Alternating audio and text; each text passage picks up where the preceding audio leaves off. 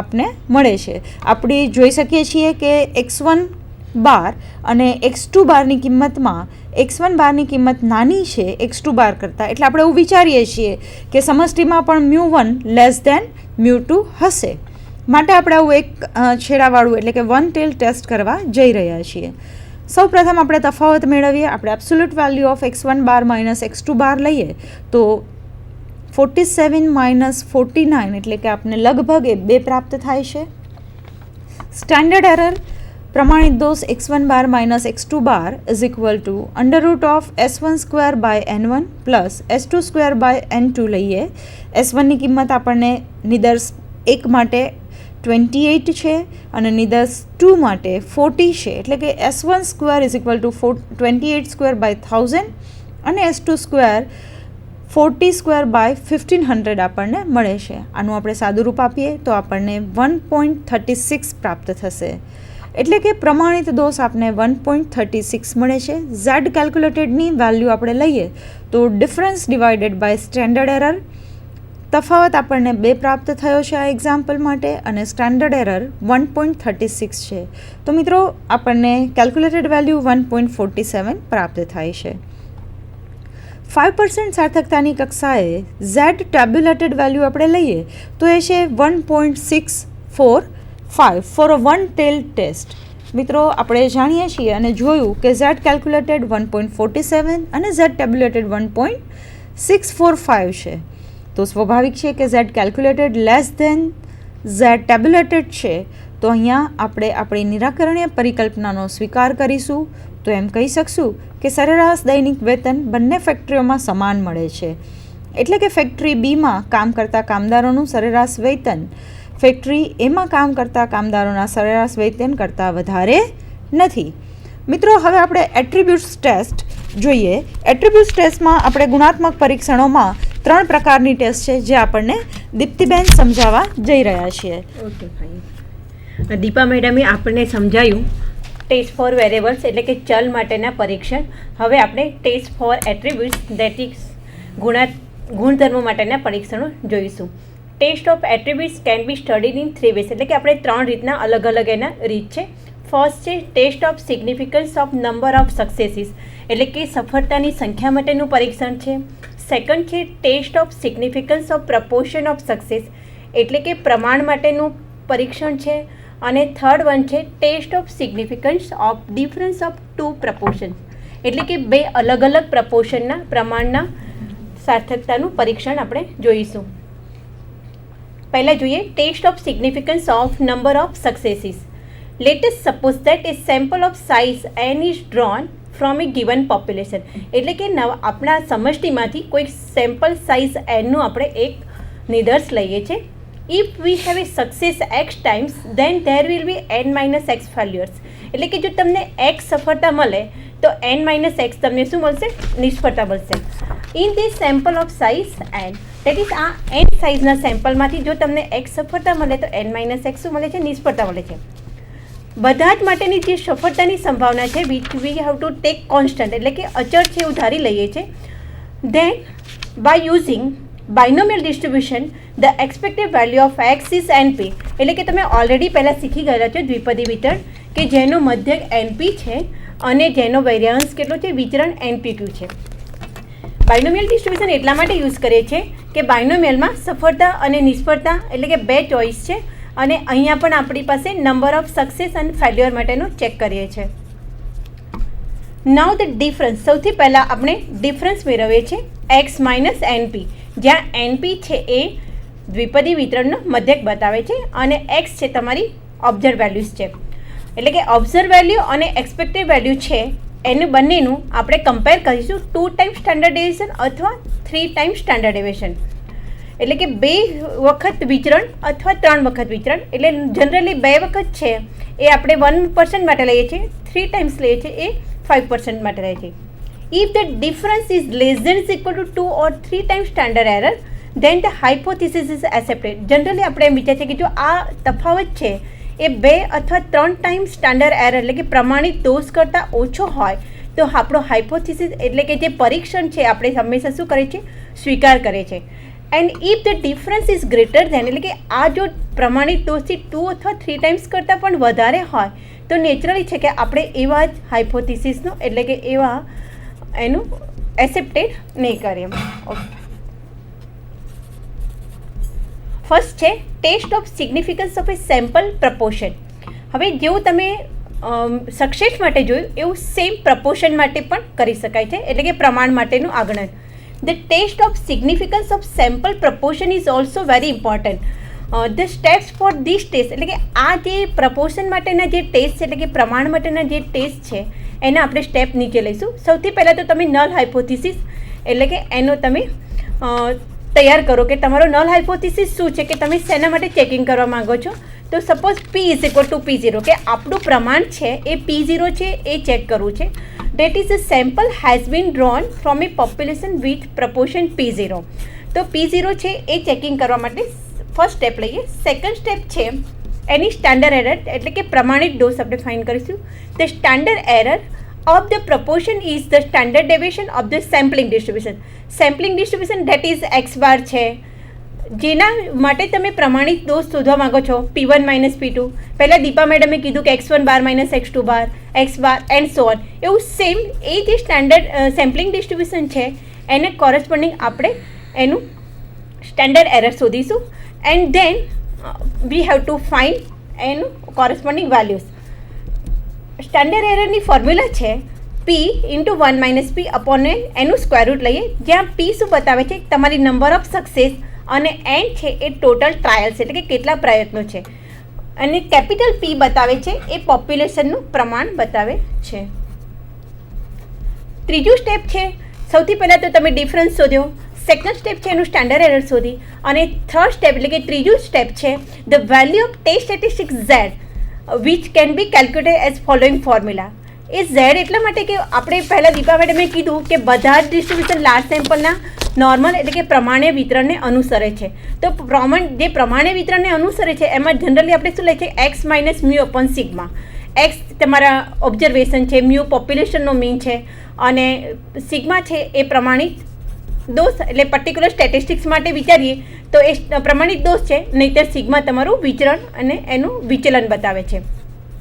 Small p હંમેશા sample માટે લઈએ છીએ, કેપિટલ P હંમેશા સમષ્ટિ માટે લઈએ છીએ.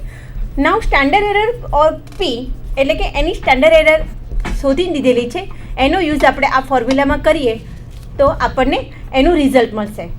બાકીના બધા સ્ટેપ તો ઓલરેડી દીપા મેડમે બધું કે લેવલ ઓફ સિગ્નિફિકન્સ તમે 5% લો, 1% લો. તમને ના કીધું હોય તો તમે એની વે 1% બી લઈ શકો છો, 5% બી લઈ શકો છો. ક્રિટિકલ વેલ્યુઝ તમને કોરસ્પોન્ડિંગ આપેલી હોય તો ઠીક છે, નહીંતર એ બી ડિસાઇડ કરવાયું છે. And taking decision are same as discuss in the state of sample mean માટે, સેમ્પલ ડિફરન્સ માટે જે તમે નક્કી કર્યું એ જ વસ્તુ તમારે અહીંયા લેવાની છે. હવે લાસ્ટ છે જે test of significance of difference between two sample proportion, એટલે કે બે પ્રમાણ માટેના તફાવતનું આપણે જો પરીક્ષણ કરવું હોય તો what we have to do. Sometimes two samples can be drawn from the same parent population and we need to test the significance if difference between two sample proportions. The step for this are same as about. બરાબર, તો first છે પહેલાં તો આપણે decide કરીએ null hypothesis કે P1 is equal to P2. એનો અર્થ કે બંને જે તમે સેમ્પલ લીધેલા છે એનું પ્રપોર્શન છે ઇક્વલ છે એવું ધારીને આપણી હાઇપોથિસિસ છે. That is the difference between two sample proportion is not significant, કે એ સિગ્નિફિકન્ટ છે નહીં એવું આપણે ધારી લઈએ. એન્ડ ઓલ્ટરનેટિવ હાઇપોથિસિસ લઈશું P1 does not is equal to P2.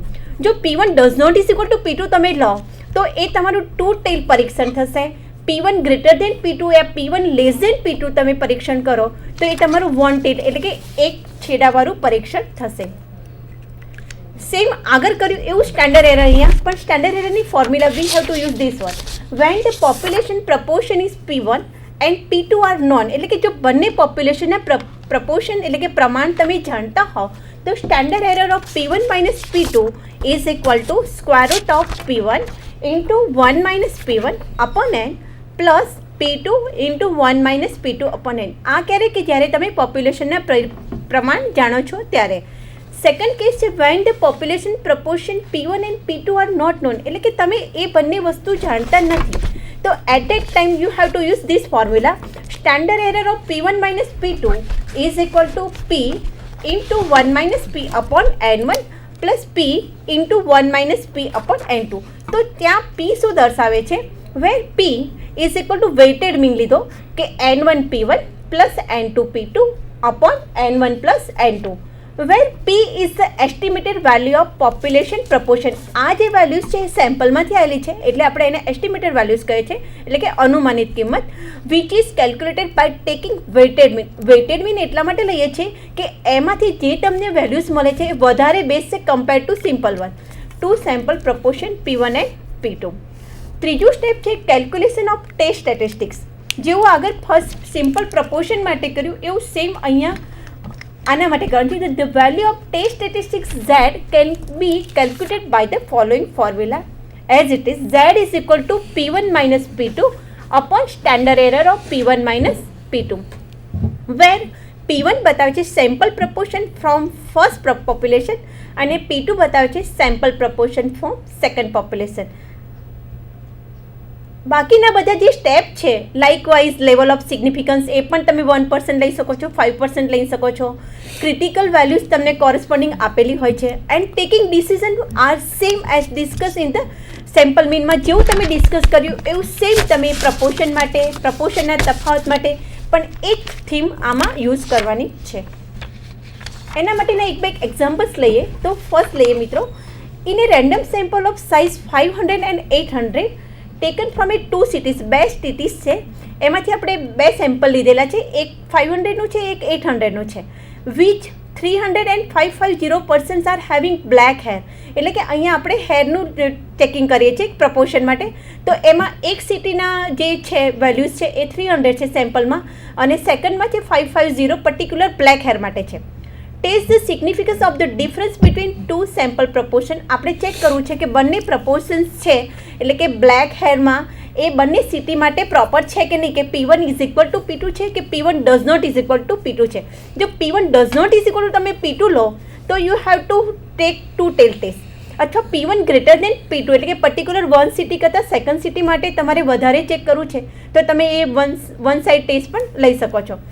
જેવું આગળ એક્ઝામ્પલ્સમાં તમે બધું કર્યું એવું સેમ અહીંયા પણ તમે ટોટલ નંબર તમારી પાસે એક્સ કેટલા છે ફર્સ્ટ સિટી માટે 300 છે અને ટોટલ વેલ્યુ સેમ્પલમાં 500 છે, તો 300/500 કરશો તો 3/5 મળશે. સિમિલરલી સેકન્ડ સેમ્પલ માટે તમે કરશો તો 550/800 કરશો તો 55/80 મળશે, એટલે કે P1 અને P2 તમને મળી ગયા. Then you have to find the difference P1 minus P2 શોધો, એની જે વેલ્યુઝ આવે then you have to find standard error. તો સ્ટાન્ડર્ડ એરર શોધવાની જે ફોર્મ્યુલા આપણે યુઝ કરીએ છીએ એઝ ઇટ ઇઝ એમાંથી સ્ટાન્ડર્ડ એરર કરો અને then you have to find Z calculated. Z calculated find કર્યા પછી કે P1 માઇનસ P2 અપોન પ્રમાણિત દોષ કરો. Z કેલ્ક્યુલેટેડની જે બી વેલ્યુઝ આવે છે જો વિચ ઇઝ લેસ દેન તમને મળે ટેબ્યુલેટેડ વેલ્યુ પર કરતાં તો you have to accept your hypothesis. તો તમારો નલ હાઇપોથિસિસ તમે એનો સ્વીકાર કરો અને જો Z કેલ્ક્યુલેટરની વેલ્યુઝ છે એ ગ્રેટર દેન Z ટેબ્યુલેટેડ મળે તો you have to reject your hypothesis, એટલે કે તમારો હાઇપોથિસિસ છે એ રિજેક્ટ થશે, એટલે કે એનો અસ્વીકાર થશે. એવું similarly second examples we have to take. In a inquiry of two sample of size 800 and 1200 taken from a two states of country, 40 and 66% are affected by diabetes. અહીંયા આપણે પર્ટિક્યુલર ડાયાબિટીસનું ચેકિંગ કરીએ છીએ પ્રપોર્શન માટે. From this data can be derive that the proportion of diabetes in two state is equal, કે બંને સ્ટેટમાં ડાયાબિટીસનું પ્રમાણ equal છે. તો અહીંયા P1 અને P2 બે તમે નોર્મલી આગળના એક્ઝામ્પલમાં જેવું શોધો એવું સેમ અહીંયા પણ શોધી શકો છો.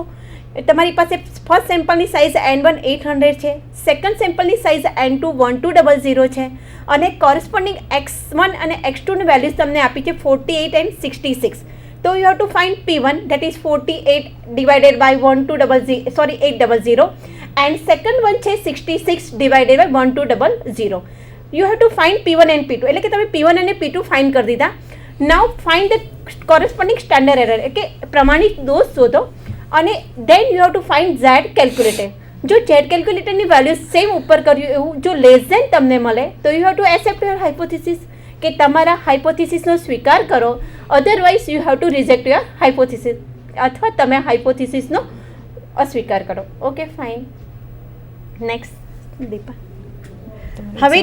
હવેના એક્ઝામ્પલ્સ છે એ દીપા મેડમ તમને થોડાક ડેરાઈવ કરશે. ગુણાત્મક પરીક્ષણો માટે સફળતાની સંખ્યાનું સાર્થકતા પરીક્ષણ આપણે જોઈએ તો એક પાસાના ધારો કે 9000 વખત ઉછાળવામાં આવે તો આપણે 3240 ટાઈમ્સ પાસાની ઉપરની તરફ 5 અથવા તો 6 મળે છે. શું આ માહિતી પાસો અનભિન્ન જ છે એવી પરિકલ્પના સાથે સુસંગત છે? એવું મિત્રો આપણે તપાસવું હોય તો કઈ રીતે થશે? તો કે n બરાબર આપણે 9000 આપેલું છે, p ઇઝ ઇક્વલ ટુ 1/3 આપેલું છે, npની કિંમત આપણે મેળવીએ તો 3000 છે, x ઇઝ ઇક્વલ ટુ 3240 અને લેવલ ઓફ સિગ્નિફિકન્સ 5% આપેલું છે. મિત્રો H0 પાસો અનભિન્ન છે અને વૈકલ્પિક પરિકલ્પના અહીંયા 2 છેડાવાળી એટલે કે 2 ટેલ ટેસ્ટ આપણી પાસે પ્રાપ્ત થાય છે. પાસો અનભિન્ન નથી એવું આપણે લઈ શકીએ છીએ. મિત્રો તફાવત is equal two x minus np એટલે કે આપણી પાસે 3240 માઇનસ 3000 છે. એબ્સોલ્યુટ વેલ્યુ એમની લઈએ તો આપણને પ્રાપ્ત થાય છે 240. મિત્રો standard error of x is equal to under root of npq. Here we have n is equal two 9000, p is 1/3 and we have q is equal to 2/3. So friends, we are getting under root value is 44.72136. Z calculated as we know difference divided by standard error of x.